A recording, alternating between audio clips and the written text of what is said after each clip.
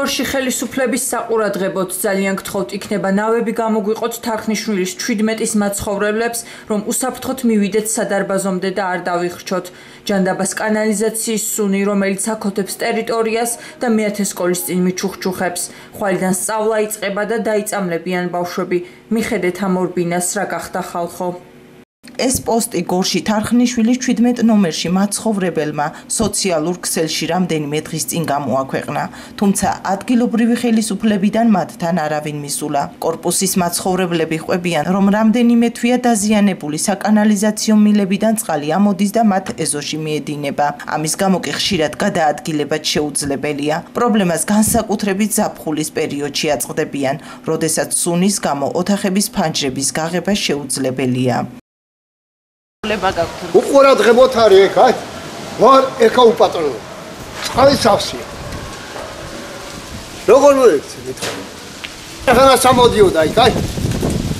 ამოდიოდა, მე რა აი ამოდიოდა კიდე. ახლა უყურადღებოთ შეიძლება რა. ო, ზაფხულში როგორ იკადრება და ფანჯარა რა გააქვს.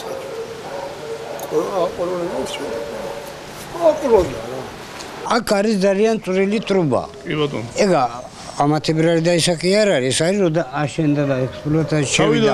73 ეგრე იყო თავიდან და ამ დღეში ვარ ცულა.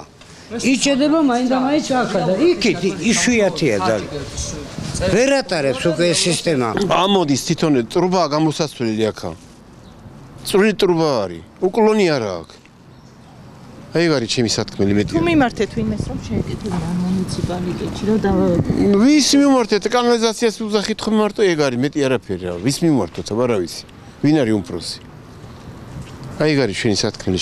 თარხნიშვილის ქუჩის მაცხოვრებლებს გორის მუნიციპალიტეტის საკრებულოს წევრი ნაციონალური მოძრაობიდან ვასილისა ჯაბახიძე შეხვდა. დეპუტატის თქმით, მსგავსი პრობლემები აქვთ გორში სხვა ქუჩის მაცხოვრებლებსაც, თუმცა ხელისუფლება მხოლოდ საკუთარ კომფორტზე ზრუნავს. სამწუხაროდ ქართულ ოცნებას 7 წელი ხელისუფლებაში არ იყო, რომ ელემენტარული პრობლემები მოეწესრიგებინა, მაგალითად თარხნიშვილის 17-ში კანალიზაცია ამოდის და ეს მეტიც მეათე სკოლასთან არის ახლოს და ნიაღვარი მიედინება, მაგრამ ხელისუფლება არაფერს არ აკეთებს ამ პრობლემის მოსაგვარებლად, მეტიც მხოლოდ გაწმენდით სამუშაოებით გავდება, მაგრამ ჩვენ გავიგეთ მოსახლეობისგან, რომ 5 დღეს კი არ ძლებს გაწმენდით სამუშაოების შემდეგ.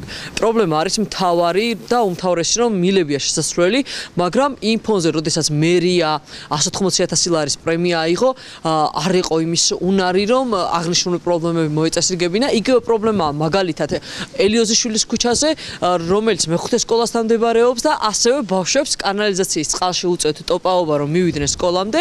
მეტიც ელიოზიშვილის ქუჩაზე მამუკა ფანიაშვილი და ბაქარ გიუნაშვილი, რომლებიც საკრებულოს წევრები არიან ქართული ოცნებიდან, იქ მოსახლეობას დაპირდნენ 2017 წელს, რომ აღნიშნულ პრობლემას მოაგვარებდნენ, მაგრამ დღესაც ეს ადამიანები ამ პრობლემებით არიან. ადგილობრივი ხელისუფლების წარმომადგენელი თარხნიშვილის ქუჩის მაცხოვრებლებთან მას შემდეგ მივიდა, როდესაც პრობლემას ჩვენი გადამღები ჯგუფი აშუქებდა.